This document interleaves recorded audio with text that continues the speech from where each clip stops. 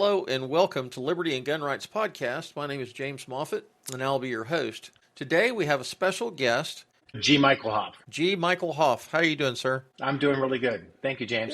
Yeah. Thank you for being here. Do me a favor and introduce yourself to the listening audience. In a nutshell, I'm just a USA Today bestselling author. I've done 40 books in my life. I have transitioned from that into publishing, into publishing companies, as well as some other adjacent companies that deal with publishing and writing and authorship. That's awesome.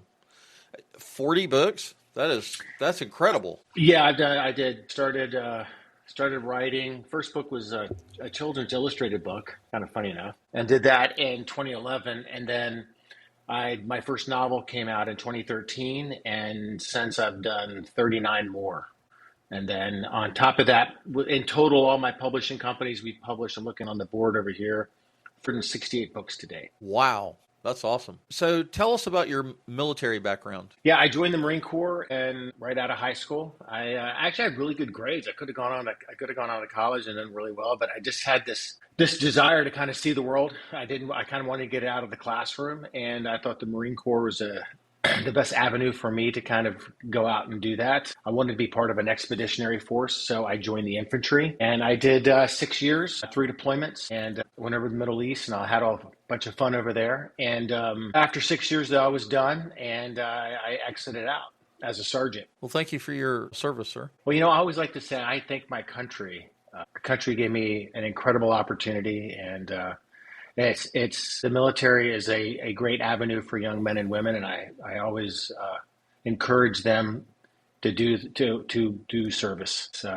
I don't think they'll be disappointed. Good. Yeah, my dad was in the Army for 26 years. He was a drill instructor, and my wife's brother is in the Marine Corps, or was in the Marine Corps. He's now a civil servant. He does something with the Pentagon. I have no idea what it is. But anyway, so yeah, let me read this little blurb off of your Podmatch profile. It says, as someone who believes strongly in the principles behind the Second Amendment, I've always seen responsible gun ownership as a key part of any preparedness plan. I'd welcome the opportunity to talk about how my military and life experiences have shaped my views on survivalism, liberty, and what it means to be ready in uncertain times. So this is Liberty and Gun Rights Podcast, and I think that fits the vision and mission statement of our podcast. And liberty and gun rights and Second Amendment, support of the U.S. Constitution, Bill of Rights, Declaration of Independence, all of that. So we'll just jump off of that. Where would you like to start? I always based on the fact, I have a whole history of firearms in my family. I grew up shooting, grew up on a farm. And my dad actually even built an actual range. We even had an indoor range on our farm. Where that way, when I mean indoor, it's not like in a conventional sense where we just had this like a cinder block shed that was open, that was built, and at one end was all opened up. So even during like inclement weather, we could be in there and shooting, not have to worry about it. But all the targets were outside of it. And so my dad was a former state trooper with the Maryland State Police, and eventually went on to work for the National Rifle Association for 20 years. And so I'm a life member of the NRA, but I was around fire. My dad was also a competitive shooter when he was in law enforcement. So I was exposed to firearms at a young age, and which I think is very good. I think every child should be exposed to firearms in a positive way, how to use them, how to respect them. I think a lot of people's fear comes from just not knowing. It's just, I don't want this to come off harsh, but just an ignorance of what firearms are. And actually, one of the most dangerous people are when someone comes into encounter with a firearm and they're trying to tinker with it and they don't know how to use it. That's therefore becomes problematic. That's when you hear about accidental discharges and things like that.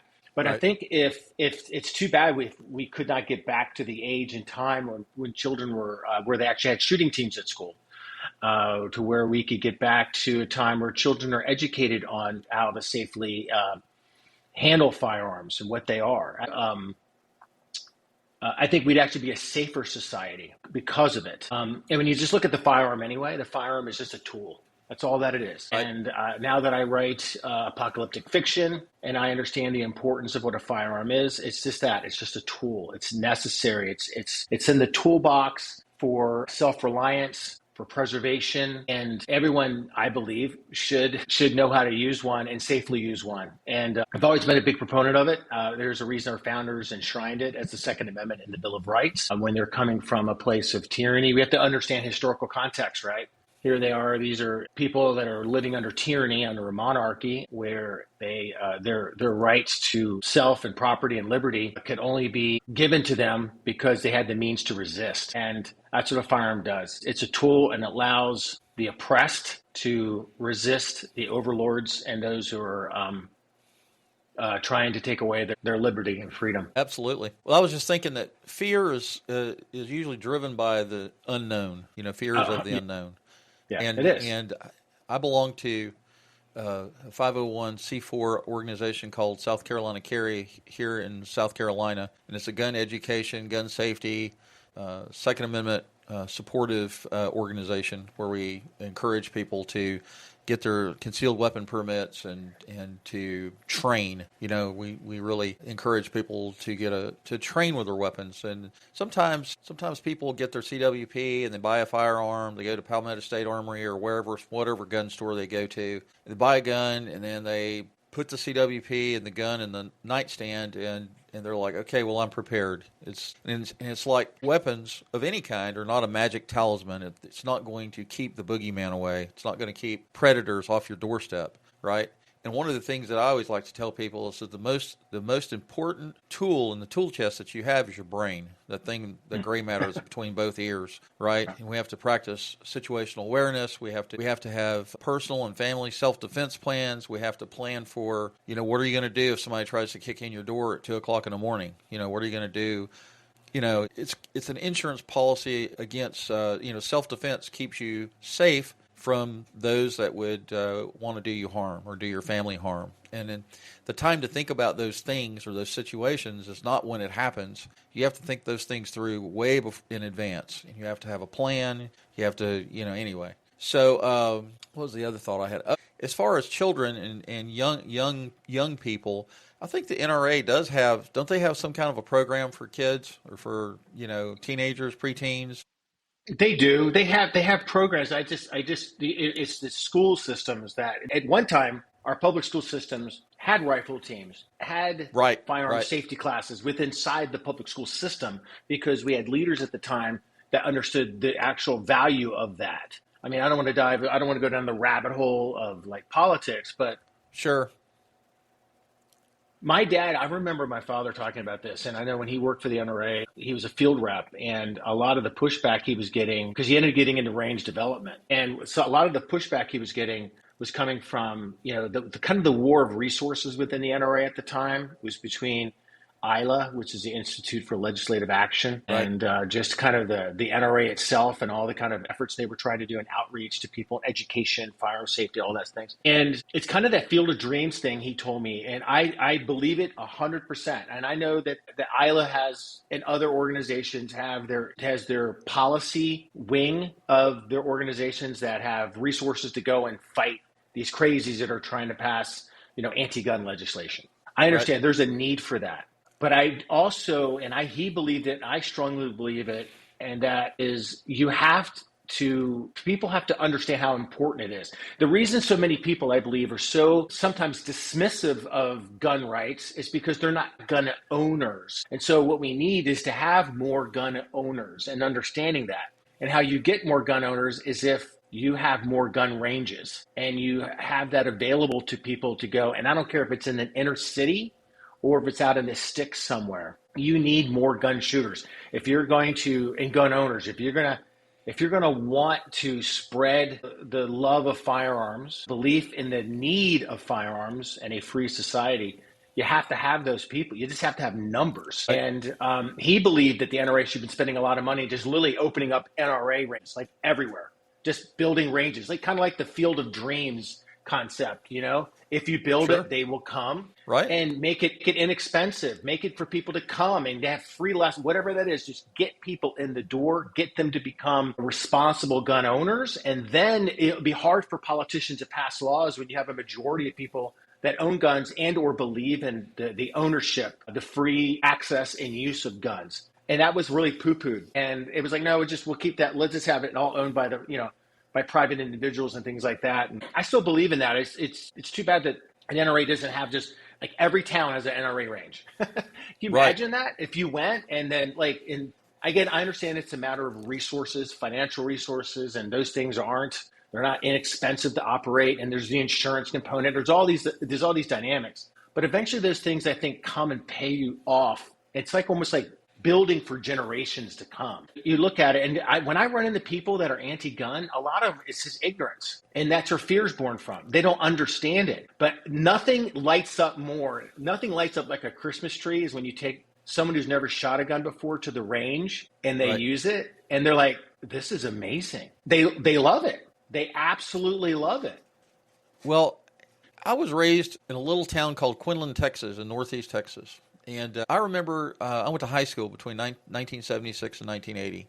And I was a member of I belonged to FFA, Future Farmers of America. And we had shop, classes where they taught you how to do basic maintenance on cars, change the oil, work on carburetors, change flat tires, just all the basic things, tasks that young men needed to know, with regards to basic automotive maintenance, right? And they used to have home ec back then too. Mm-hmm. And there's so many things in the 70s and 80s that was in school systems are now gone. And I remember quite clearly how there are a lot of my schoolmates, people I went to school with, they lived on farms and ranches out in rural, Quinlan and Lake Tawakoni and all the different cattle mills and all those little towns are surrounding Quinlan. And they drove pickup trucks, Ford F-150s, and they had rifles and shotguns in a rack behind the seat. And they came to school with them, and they stayed in the vehicles. And I would dare say that probably a lot of the trucks were not even locked. And if anybody got into a fight over something, over a girl, cheerleader, whatever, the boys would go behind the school buses and duke it out with their fists, right? Nobody ever dreamed about going to get a gun out of their truck, and you did. I don't remember ever hearing about active shooters, shooting incidents. I don't remember watching the news with my parents and ever hearing that. Now, I know back in the 1980s there was a horrible church shooting. I don't have all the details in my brain right at the moment, but there have been a lot of, from 1980 and on, and maybe even before that, where organized, active shooters in churches where church members and all of that have gotten killed. And unfortunately, there's been a lot of that violence on the uptick through the years. But yeah, the political climate that we are in is very, very anti-gun, anti-self-protection. Like one of the things that I tell people is if you get your concealed weapons permit, make sure after you get your training, you buy a firearm and you're prepared to use it as a tool. God forbid, and you're the last resort. You also need to get Second Amendment, or not Second Amendment, but self-defense insurance, because after the shooting goes down, after the smoke clears and the police show up, guess what? Depending on the jurisdiction that you're in or the political climate you're in, the district attorney and the prosecutors, a lot of them are going to be stacked not in your favor. They are not very Second Amendment friendly, right? And so you've got a possible legal battle on your hands. And I'm like, get your second. You're not your Second Amendment. I keep calling it Second Amendment. It's not. It's self-defense insurance, right?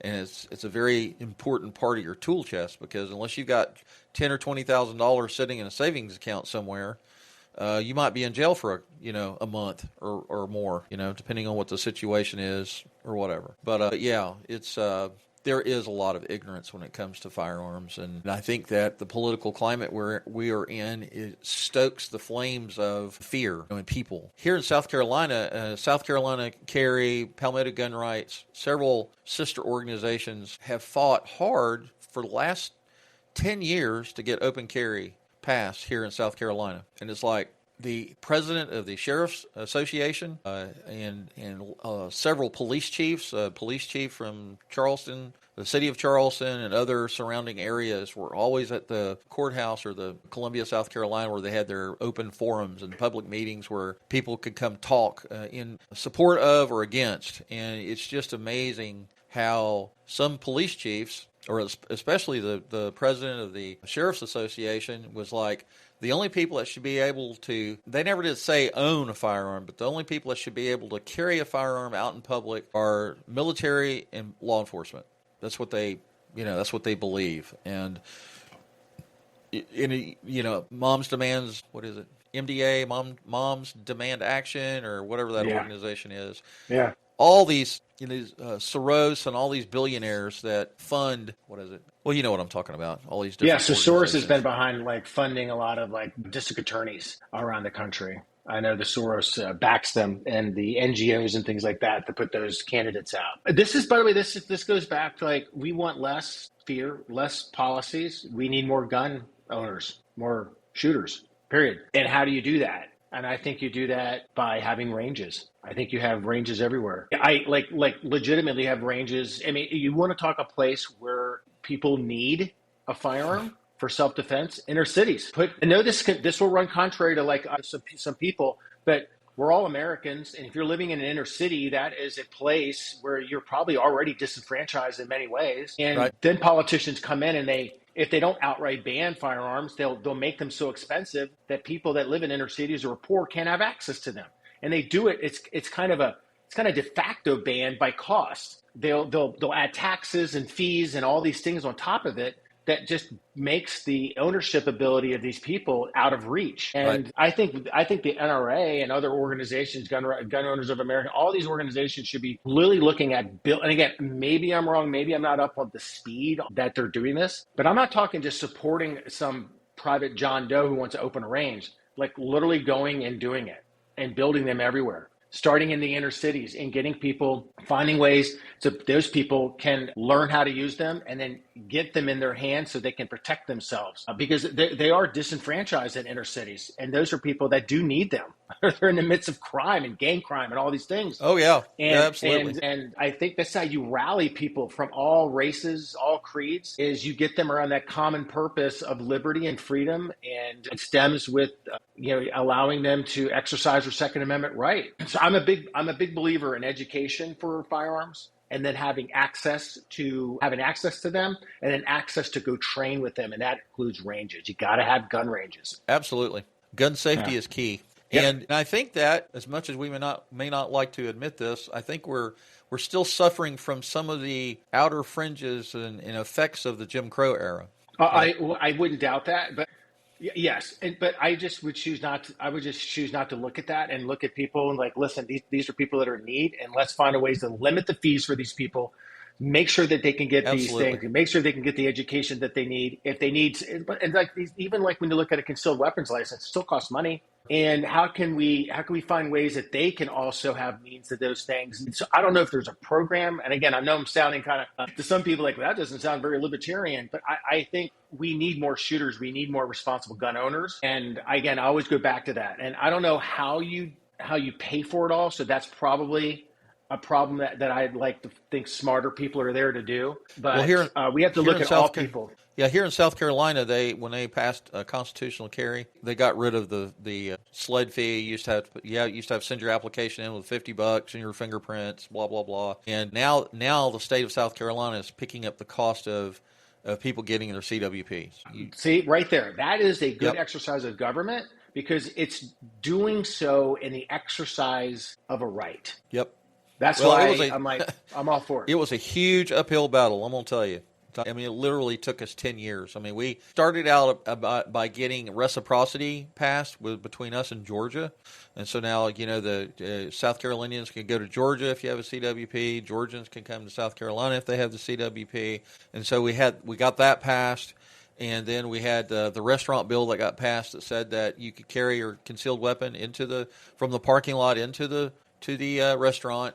You couldn't belly up to the bar, but you and your family could go sit down in the dining room and you could order your meals and eat and be safe coming in and out of the restaurant, which was, and it was a concealed weapon situation. And then we got the open carry with permit that got passed. You had to have a CWP, a valid CWP, and then you could choose to either open carry or concealed carry. It's kind of a tactical decision on your part. And then we finally got open carry passed, where now as long as you're a legal gun owner, you can open carry. I worked security part-time at night at Walmart, and I saw two people open carrying out in the parking lot.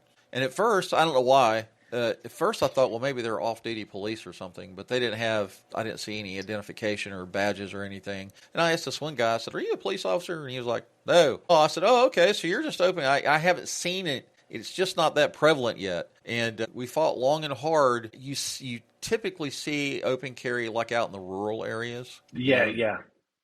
But you're not going to if you go to like Kiowa Island or any of these barrier islands in Charleston, South Carolina, they are very anti-gun, and they don't want to see you open carrying a firearm. Now, I haven't been to Daniels Island or Kiowa or Seabrook, any of these places, because they're so expensive to go to anyway. I can't afford to partake in any of that, but it would be interesting to know if any gun owners are exercising their right to open carry in those locations, because they can't. One of the things that we've been fighting in South Carolina is we have, despite the South Carolina gun laws and despite what the Attorney General has determined to be, South Carolina gun laws, we have municipalities of like Charleston County Parks and Recreation. They had like gun ban signs on all 36 of their parks. And so we had to fight it. We had to file a lawsuit against them, and it's a long story. But anyway, we finally got them to see the error of their way. And it really boiled down to money. The commissioners of these parks were not going to get reelected to those positions, and they were losing their state funding. And so all of a sudden when that happened, they were like, yeah, maybe we are wrong. Maybe we should take those signs down. And they did. And it was funny. Just follow the money. It always boils down to money. Right? It does, yeah. But we're constantly getting photos and emails from our members of South Carolina Carry going, hey, they've, this recycle center out in Beaufort, South Carolina has got a gun ban sign up. And we're like, okay, well, we've got a form letter we just send out and go, hey, this is what the law says. You can't do it. Take them down. And we've had pretty good luck with we've had a little bit of resistance, but once we get the Attorney General involved and get a hold of the local legislators and go, okay, this is what they're doing, and obviously it's unlawful. But it's just a constant fight, despite what the gun laws are, and despite what our Constitution says. There's always going to be resistance, right? There's never going to be a time where there's not going to be. But I go back to less than that from a political standpoint, is if you just have if more voters, if the majority of voters are gun owners or shooters or have been educated and they appreciate the right, it's going to be very difficult for politicians en masse to enact laws that are against the general population. They'll try. I'm not saying they'll ever try. I'm never saying we'll ever have a perfect situation, but we just need to have more shooters. We just need to have more responsible gun owners. But I know one thing I know President Trump was looking at it again, but where is the national carry law? What's the status of that? I don't know, and I need to look into that, but I know we are all chomping at the bit for that to happen, because it is too easy. I mean, I know of cases where law enforcement officers here in South Carolina have traveled to places like New Jersey. They're sworn law enforcement officers, and they wind up in jail and facing prosecution for a felony because they carried a gun across their state line. And United States Concealed Carry Association, USCCA, I'm a member of them. I get their Concealed Carry magazine once every 3 months. They have an app that you can download to your phone that shows you where you just point on the map where you live. Like if you live in South Carolina, you click on that, and it shows you the red states that you cannot carry into, and then it shows you the green states where you can carry into. And United States citizens have to be very, very careful that they don't put themselves in legal jeopardy by crossing a state line with a firearm, God forbid. Connecticut, New Jersey, New York City, all those those northeastern communist states, I don't even think they own an American flag. I think they're flying the freaking Chinese flag. They don't show it on the news, but like I'm not going to New York City because for the simple fact that I don't feel safe. I'd love to go see New York City. I'd love to go visit. I'd like to, go up for a weekend, and everybody's, oh, it's so awesome, it's so wonderful, and I'm like, yeah, okay. I don't want to be disarmed, to go there, and I feel like I'm going down a rabbit hole. You said something, and I took off, and I was like, what did you say? Oh no, I was just asking about the national carry law, or the bill. Yeah, I don't know what the status of that is. Trump's first term, I know he was talking about it, but then Republicans are always dragging their feet in Congress. I'm like, how hard is this? Like if they've got a majority, this can't be that impossible. It's a matter of will. I don't think they actually. I think there are certain members of even the Republican Party that don't want to have it. It would make it very easy for people if it was there. But then what would the standards be? I don't know. It would just make it very easy for Americans to do that. But right now we just got a patchwork, just like liquor laws. We were somewhere. Where were we just? We were just visiting somewhere in Rhode Island, and my mother-in-law brought in a bottle of wine, thinking that I was paying a corkage fee, and they can open the bottle of wine for me. I guess in Rhode Island, you can't bring your own bottle in and pay a corkage fee. I guess it's against the liquor license or liquor laws there. And then my daughter was asking a question, and I was kind of going in. It was just like, these are like gun laws, like. There is a patchwork of variety of different liquor laws across all 50 states. They're all different, like some places you got blue laws, you got this law, you got that law. And then the cities are allowed or counties are allowed to have little variations of it when the bar can close, when the bar can open. It would be nice for firearms to have one standard for concealed carry that would give peace of mind for gun owners and concealed weapons people. So I just looked up the law. It says the National Concealed Carry Reciprocity Act, H.R. 38, is currently making its way through Congress. This bill, introduced in January of 2025, aims to allow individuals with concealed carry permits from one state to legally carry in any other state that permits concealed carry. The bill has passed the House Judiciary Committee and is awaiting further action. There is strong support from Republican leaders, including Senator Mike Johnson and Senator Majority Leader John Thune, who have been vocal advocates for national reciprocity. However, previous attempts to pass similar legislation have faced challenges in the Senate due to opposition from Democrats and concerns about federal overreach. Meanwhile, states continue to manage their own concealed carry laws, with 29 states now allowing permitless carry. Some states, like North Carolina, are considering repealing their concealed carry permit requirements altogether. So that's kind of the update on that. I'm glad you mentioned it so I can look it up. Yeah, we'll see what happens with it. If there's a time, it's time to do it now. You don't want to wait until after midterms.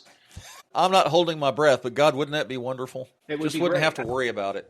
Yeah, it was just I don't think it'll set a standard. It'll just allow people to go. If you've got one, you go from one place to the other. So that would be wonderful, and would give because most states have, in fact, most of them do have some form. It's whether they're a shall issue is the thing, but most states have a concealed weapons law permit process. So it then pretty much would open up to all 50 states then, unless there's some kind of asterisk disclaimer in there that it's only for shall issue states. I don't know, but we shall see. We shall see what happens from it. Well, I would think that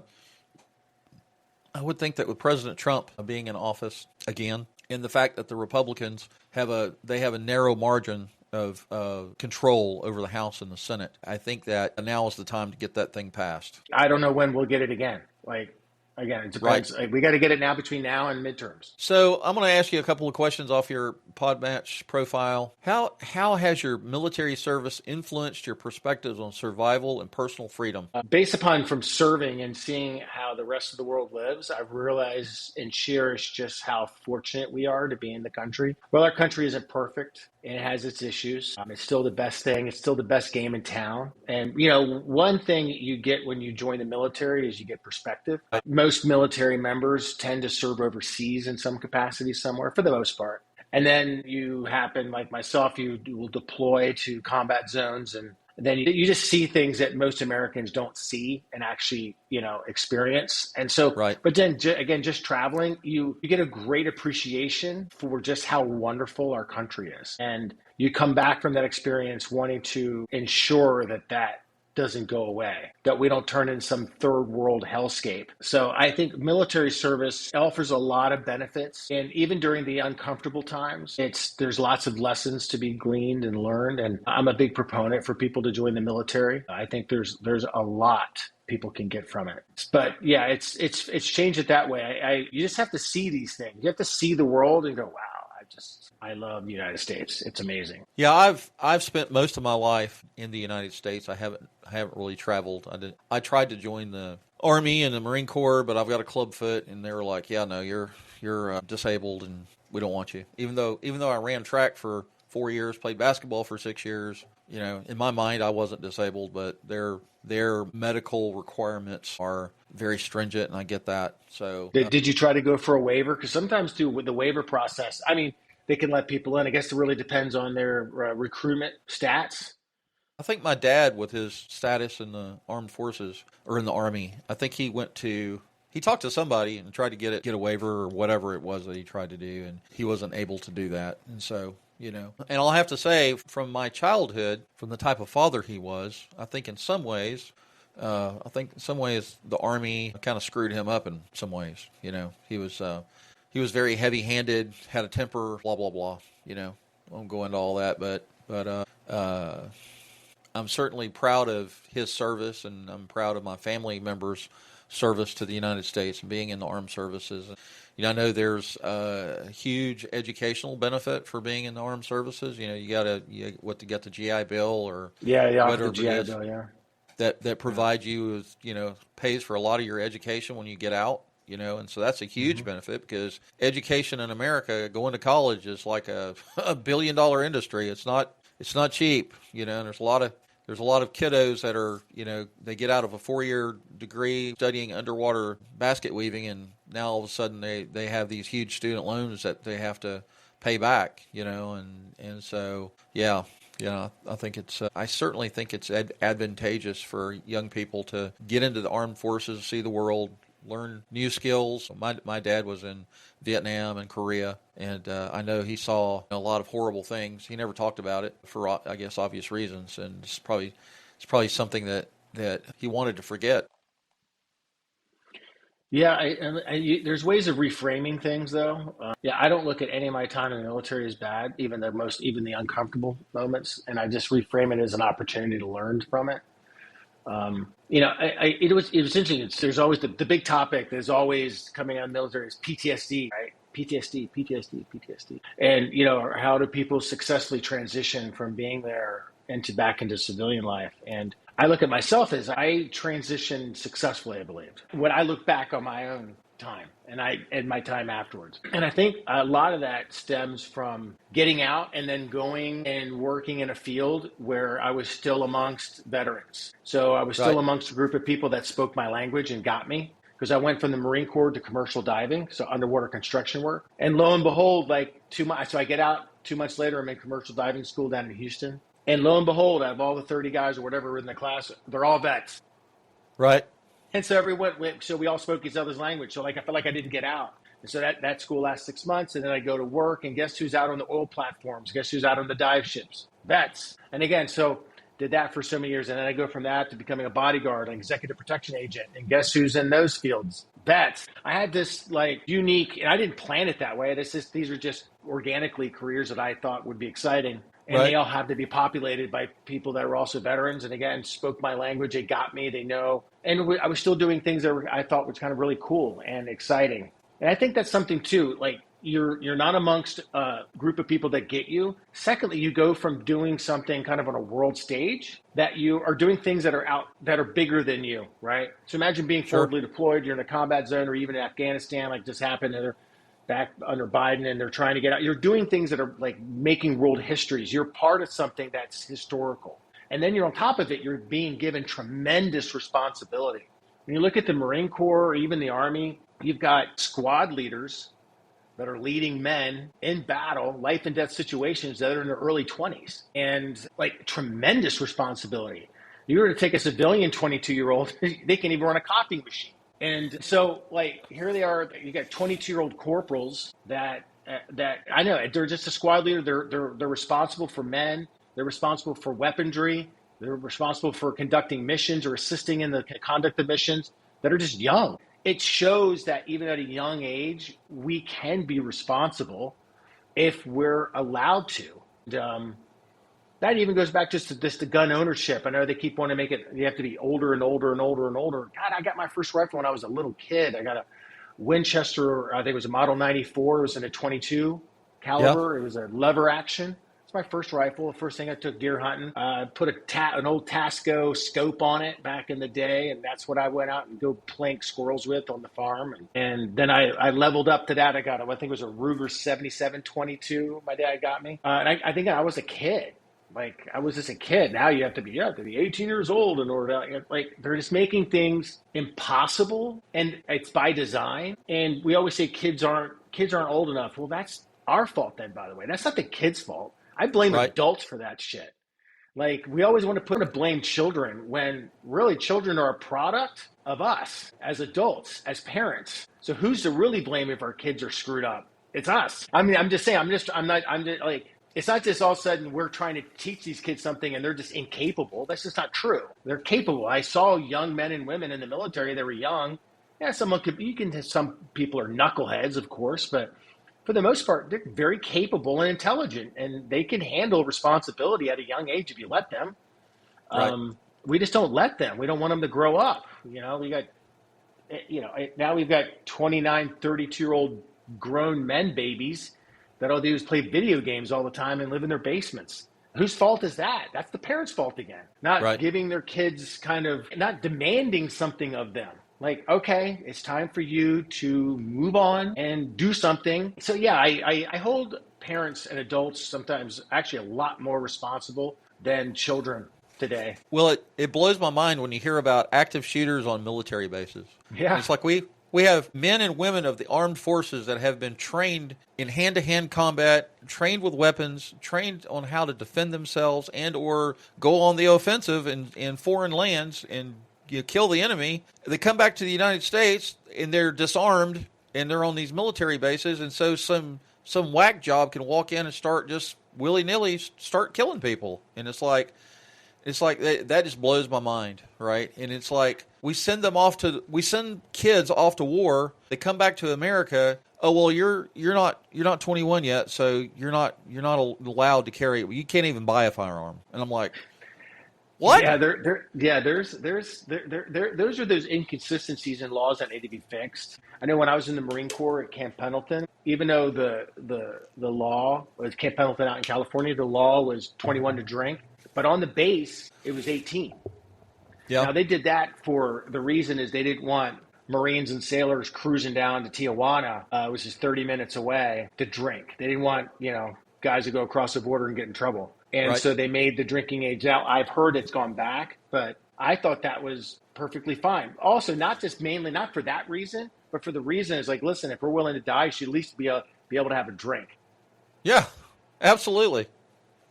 So yeah, it's a lot to ask, young men and women to go die, but yet you don't allow them to exercise the rights. And by the way, and people go, well, they don't have the training, or like, well, then why don't we give them training? If the argument is we don't want an 18-year-old to buy a rifle because they're not skilled enough, well, let's make them skilled. I said, Right. I would agree with you, Congressman. Here's what we're going to do. We're going to earmark all this money, and we're going to provide all this free training to people, and we're going to build ranges and bring these people in, and that'll take care of the problem. But their answer would be no, because their ultimate goal, that's their excuse for making 18, 19, or 20-year-olds not be able to own a firearm. And you see what they're doing. It has nothing to do with safety. It has everything to do with limiting the number of people that will become exposed to firearms in a positive manner, Right. and then therefore limiting the number of people that will become proud, responsible gun owners, because those people are voters. And so that's the whole point behind it. That's my viewpoint. That's their whole rationale. It has nothing really to do with safety. They just want to limit the number. And this is why the NRA, I know the NRA pushes hard, but we just got it. Field of dreams. You build it, they will come.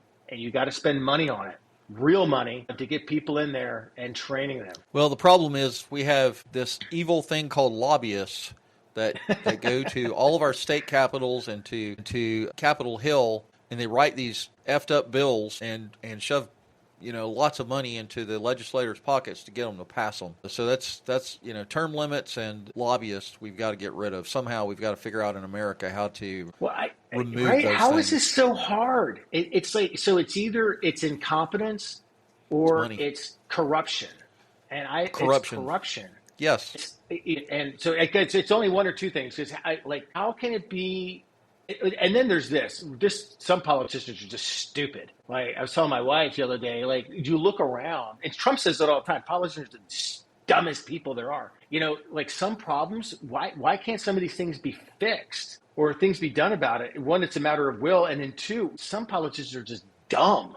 They're just stupid people, and we've got like some of the worst people in the positions of power. And it's because talented people don't really want to go into politics. They want to go and become entrepreneurs. They want to go do this. When they create an inventor, create a widget, they want to do things, right? Right. Government is like where dumb people go, so they can get a big paycheck, and then like, and I'm not talking for every politician out there, but Dan, there's a lot of dumb ones out there.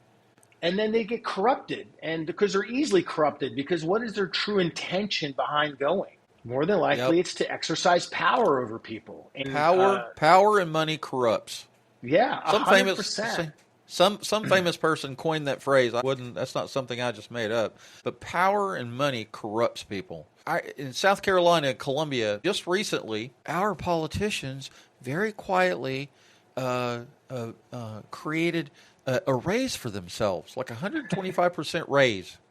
And nobody, and you didn't hear anything about it on the news or anything. They were in session and they were like writing these bills, and they probably folded that pork belly crap into some bill that's 3,000 pages long, and it's come to light, and everybody's like, "What?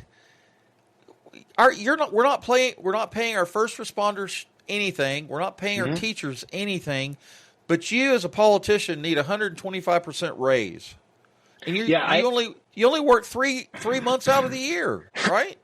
Are they part-time in South makes Carolina? my head spin. Are they part-time? Yeah, politicians they don't go to work like we do.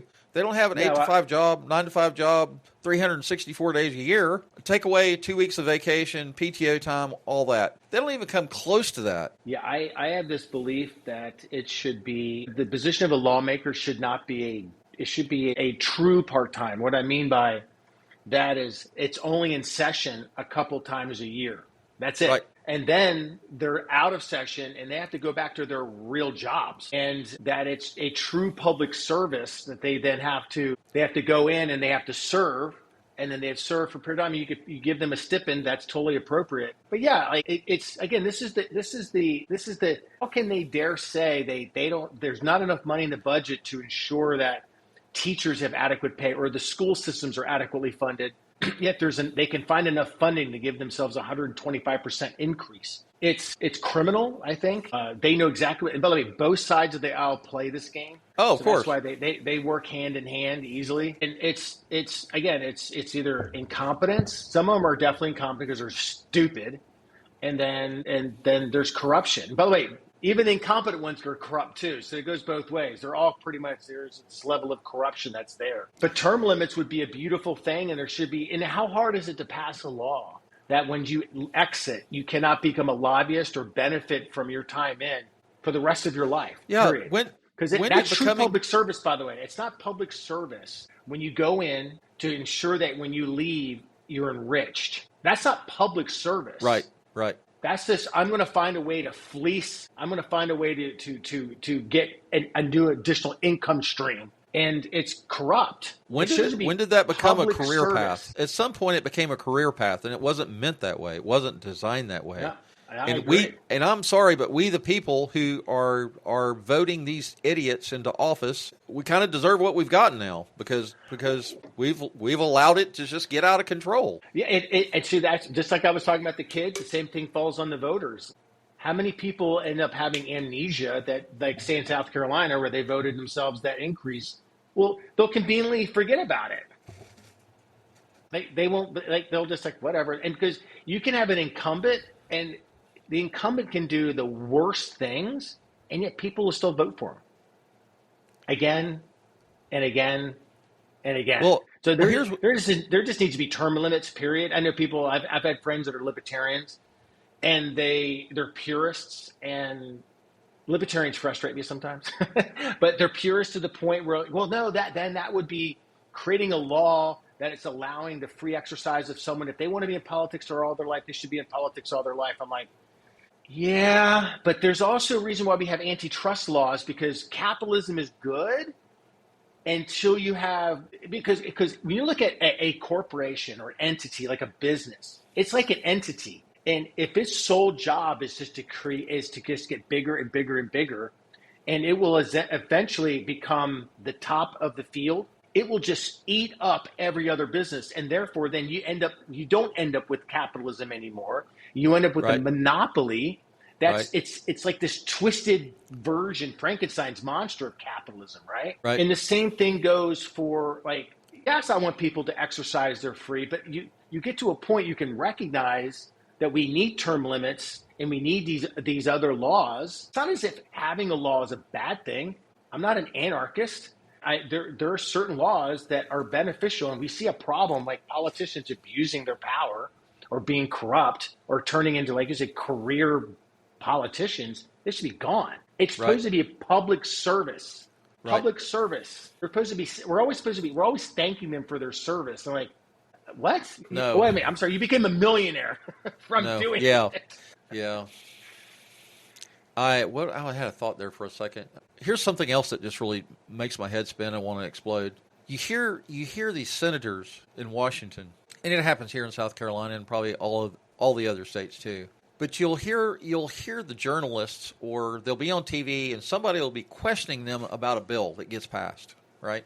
And a lot of times we don't find out all the garbage that's in those bills until it's too late, right? The bill gets passed and people dig into it and they go, wait, there's 500 pages of crap in here, right? And I can't tell you how many times I've heard a senator say on national TV, that bill's 3,000 pages, for God's sake. I don't have time to read that crap. Nobody does. Nobody has time to read a 3,000, 1,500 page, 2,000, 3,000. I don't care how long the stupid thing is. Like the big, beautiful bill that President Trump just got pushed through Congress. And I'm sure there's probably some stuff in there that should have never seen the light of day. But anyway, 100%, yeah, 100%. yeah. Yeah. But Again, nothing's perfect. Even Trump, nothing's perfect. our elected officials have the gall to say on national TV, well, yeah, I'm supposed to read those bills and I'm supposed to understand what's in those bills because I'm supposed to vote on those bills. But I just voted yes because I just don't have time to read them. And I'm like,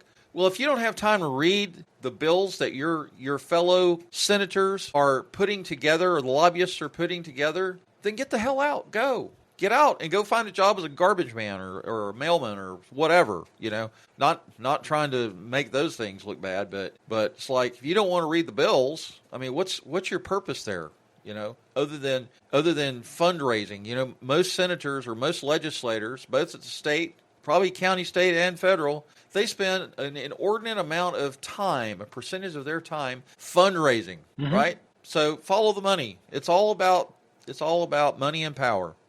Anyway, I feel my blood pressure going up. Let's not do that. Anyhow, so we're already at 56 minutes. So instead of asking you any other questions, what I want to do is give you an opportunity for an elevator speech, like a 3 to 4 minute elevator speech, to talk to the listening audience. We have veterans, we have proponents of the Second Amendment, we have gun owners, all across the spectrum. I would dare say probably mostly conservative Republicans. There are some Democrats in there that are gun owners and believe in the Second Amendment. And so what would you tell the listening audience? Well, I'll just go back to one thing. I was always a person that believed in a level of preparedness across the board. But when I was doing a lot of the research for my novels, my post-apocalyptic novels, specifically The End, and then the response I got, the book did really well, really, really well. That's the one that got picked up by Penguin, along with 3 other ones. Do you have a copy of it you can show? It's tucked over there. I have to get up and go on the other side of the room. But I can get it, sure. But yeah, if you just jump on Amazon, you type in The End, put in The End Hop, it pops up. In fact, you just Google my name on Google, all this stuff pops up. I'm gonna do it. Yeah, and then so one thing I learned from doing the research, writing the book, and then all the response I got was just how many people felt that reading that story of people in turmoil and strife, made them realize how unprepared they were. I found out how unprepared I was. So if you have a grid down environment where the grid collapses, I mean, there's that saying, we're only 9 meals away from society collapsing. I'm paraphrasing that, but that's true. And all preparedness is, it's like having an insurance policy. We all have Right. insurance for a variety, whether it's health insurance, car insurance, life insurance, you name it. We all have insurance. Being prepared and being self-reliant is your own individual insurance policy so that you and or your family or loved ones can survive. There we go. Right. There's a There's a list of book right books right there. That's the audio book right there. I Yeah. got you. So yeah, and so I have what I coined when I was writing the books early on called the 4 pillars of survival, and these are 4 core tenets that I think people can adopt and they can become more prepared and take care of themselves in the future. And so the first pillar of the is resources. That is as simple as that: gathering resources, whether it's that is having the adequate food, water, tools of the trade, firearms, ammunition, medicine. All those are resources you can have. So if tomorrow everything shuts off, you don't have access to a store or pharmacy or any, you've got the resources at home. Period. The resources. Next one is skill set, and then skill set is having, like literally what it is, having certain skills that are unique if the world changes, whether that's knowing how to hunt, how to dress animals, how to harvest and grow food, medical skills, some kind of a skill, working with wood, being able to construct, build, work with masonry, whatever that is, a skill set that can easily apply to becoming self-reliant. Then I've got mindset. Mindset's very critical. It's got to have a very strong and honed mindset. And I mean, in your mind, like you are, so you can think critically. Don't panic. You don't get overly emotional. So the mindset is you're calm, cool, collected kind of a mindset. And the last one, and it's one I think gets overlooked all the time, is fitness. And in a survival situation, your level of fitness will determine your ability to survive. And now, Right. this doesn't mean you have to go out and have a 6-pack abs. I'm just talking being conditioned to be able to roll on the ground with somebody if you have to fight, or throwing on a rucksack and humping 3 miles. Can you do that? And then have a gun battle, say, right? I mean, this is why, like, the military has fitness standards, right? So you can Sure. drop in here, go here, and then fight, and then come back. But just a basic level of conditioning so that you can survive. And people really overlook the fitness thing. And I encourage people and that is, because some of these things cost money. You can go on YouTube and learn a lot of stuff. It doesn't really cost anything. You can pick up books, go to the library. You can learn skills without it really costing you except time. Resources, yes, that might cost you some time. Mindset, I think you can do that too. There's ways of training the mind.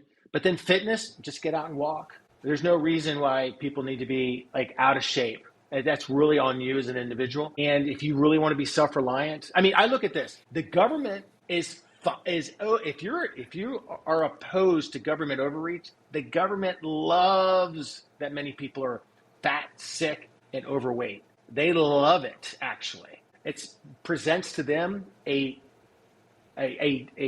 more docile people that can easily be manipulated. Right. And if you want to give your finger to the big man, right, and that is be conditioned and be self-reliant, they don't like that. They don't want that. And so be the outlier. So those I will leave with people are kind of my 4 pillars of survival. And then again, just treat it as that. Treat it as an insurance policy in case the lights go out. You can take care of your family. That's good stuff. Michael, thank you.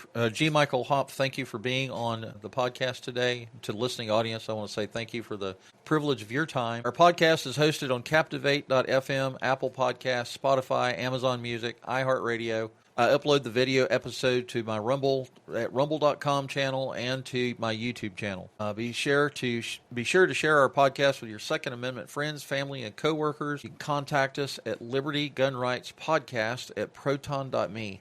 That's Liberty Gun Rights Podcast at proton.me. Be sure to visit Amazon.com and get some of these books that Mr. Hopf has authored and written. What are some of them? The Edge, and what are some of the other ones? Oh, you got The End, you got The Long Road. My latest is Cries of a Dying World. There's 7 Days. There's Driver 8. There's a bunch of them. I've also done Westerns too.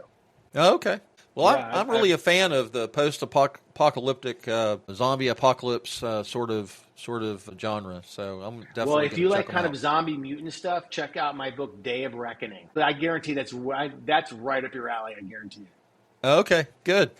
I'm excited because I'm a huge bookworm. I love reading. My wife and I both read, and I read all the time. And I'm always looking. I'm always in search of some good stuff to read. Yeah, Day of Reckoning is kind of a political thriller meets a zombie horde. Okay, that sounds good. All right, to my listening audience, thank you for being here. I hope you enjoyed this podcast episode. If you're on Apple Podcast, on your Apple device, listening to this episode, please leave a review. All right, we'll talk to everybody later. Talk to you later. Bye-bye. Bye-bye. Bye-bye.